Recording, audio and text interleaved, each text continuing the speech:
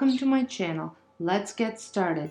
For today's DIY, I'm using white chalk paint. I got this at a brand new dollar store that I have discovered. And I'm also using the other side of a wooden box that I picked up at Dollarama. I'm going to paint it on the inside, the top, the bottom, and the sides using a foam brush. And then I'm going to let this dry. I don't see a reason to painting the back because it's going to be leaned up against the back.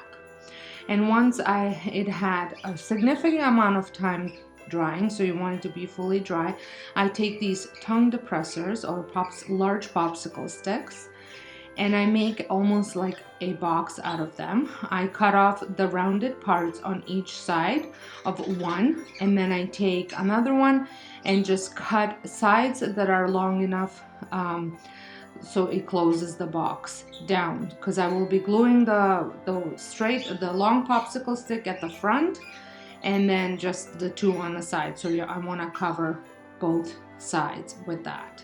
So at the same dollar store, it's called My Dollar Store and More. It's kind of similar as Dollar General. I had picked up this old walnut stain, and I will be staining that with this. This is my first time using this, and I have to say I was quite impressed with the coverage and the quality of the stain. So once I paint both the front piece and the side pieces and let them dry. And while that's drying, I am going to cut out some vinyl piece on my Cricut machine. I'm fairly new to the Cricut world, so I'm learning as I go. And I had purchased this vinyl roll of it on Amazon. I will have it linked in my Amazon store. It is a little bit more shiny. I did not realize that they had matte as well, so I picked up the shiny one. Oops. Oh well, it will work for this project. And I am using a shelf liner, clear shelf liner, to transfer the image onto the box. I had picked up the clear shelf liner at Dollar Tree for $1.25. One thing that I have learned with using a Cricut machine is that every single process requires you to press real hard with this tool that I got in the set, because that is how you ensure that things are sticking and are not peeling off when you don't want them and sticking on when you want them to. Once I have it off, which takes me a little while, I wanted to be careful so none of the letters rip off. I place it carefully inside the box, making sure that it's positioned right, high enough, and that it's not too much to one side or the other. And then I use that tool again where I press like a mad woman. And voila, I absolutely love the way the reveal is. Like, it just makes me so happy when I see those letters on so well. And then I hot glue my makeshift box on. And then I use these bottle brush trees before I hot glue the sides, and I cut off the round part, the wooden part, and then I make them a little shorter, and then I glue the wooden part back on, just because the little ones were too short. These were like the medium size, were a touch too tall, so I just wanted to make them a touch shorter so that way they don't cover too much of the sign. And then I take them and I hot glue them inside the box, and then the last thing that I do is hot glue the sides to it. And I think this box turned out so cute. I absolutely loved the end result.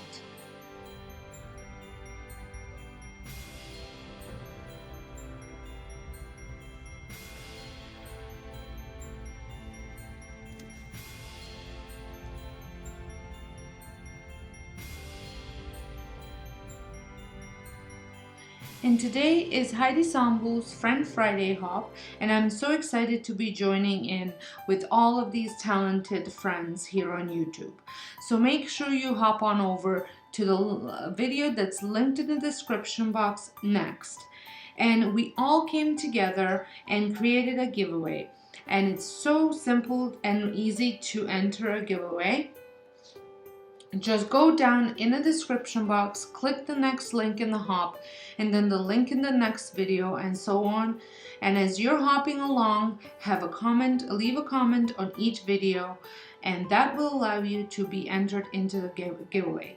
You have until Tuesday at midnight to enter, and then on Wednesday we will announce the winners on all of our community tabs. So make sure you check those out to find out who the winner is. For this DIY, I am using Dollar Tree Christmas cookie cutters, as well as acrylic paint in gray or silver, black and white, and then you will also need just some ribbon for hanging.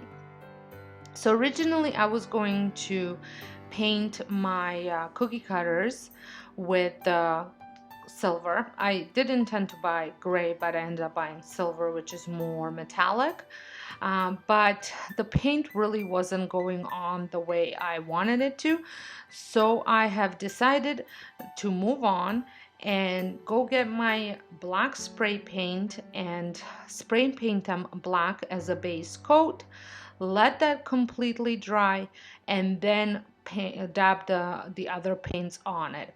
The look that I'm going for is a galvanized look. I absolutely love galvanized look anytime, but especially during Christmas time.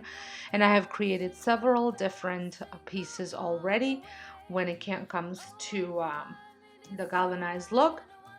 I did the last Friend Friday hop, and like the very first one I participated in, I created bells. So I took that technique and applied it to these cookie cutters, and let me tell you, I am over the moon happy how these turned out.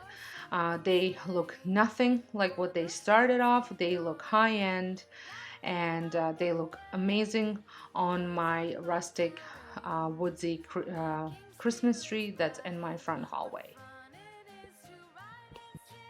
So as you can see, I am just layering the paint on. After the black dried, I went with white, then I went over with black, and then I over it with silver, and then I still wasn't quite happy with the result, so I ended up mixing the black and silver, creating a more lighter gray, and I went in with that, and all those three paints mixed together just created this beautiful galvanized look. And I finished the look off with some ribbon, and here they are.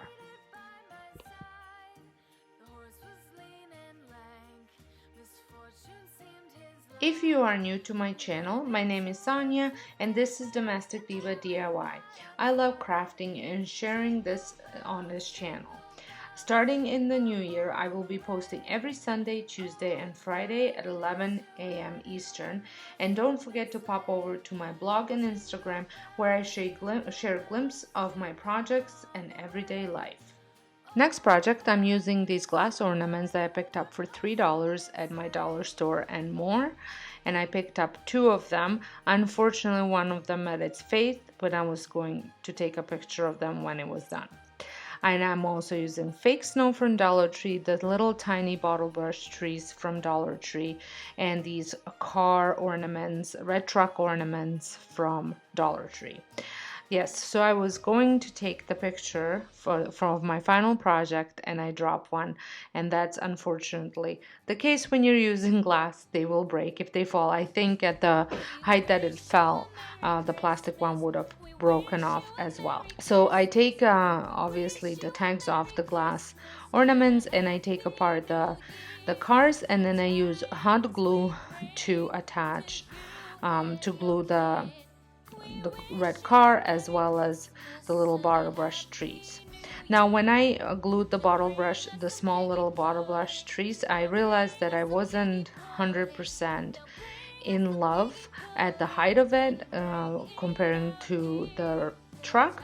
So I ended up adding the medium-sized bottle brush trees that I had left over from the very first project that I was doing, and that ended up looking so much better with the 2 trees and a truck. And then I just added a little bit of hot glue to the bottom of the glass, and for the snow to stick. Not all of the snow stuck to it. I just didn't want all of it to dump out on me if it got tipped over or dropped in my case.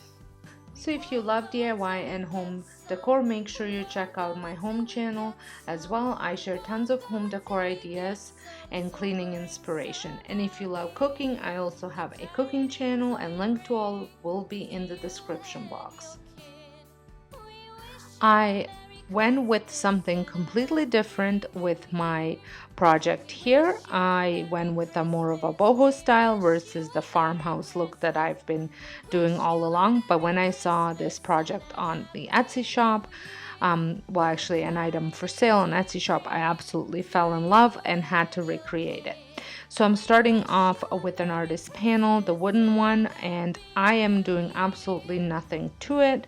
You could stain it, you could paint it. I just love the natural look of it, so I'm sticking with that. And then I take the yarn and I wrap it around my arm until all of my full length of my fingers is covered. That's kind of my measurement.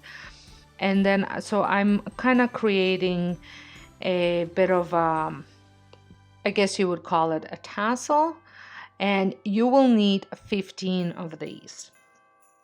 So I tied the top, creating a bit of a head on top, and then I cut the hooped part just so they're all hanging individually down, not hooped up.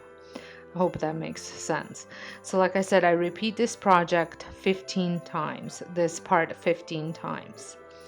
And once I am done, I pretty much almost used the whole yarn. You can see the piece that's left. I take a piece of just a little branch that I had, and then I kind of place where I want things to go. So at the bottom, I am putting 5, then I follow with 4, 3, and 1.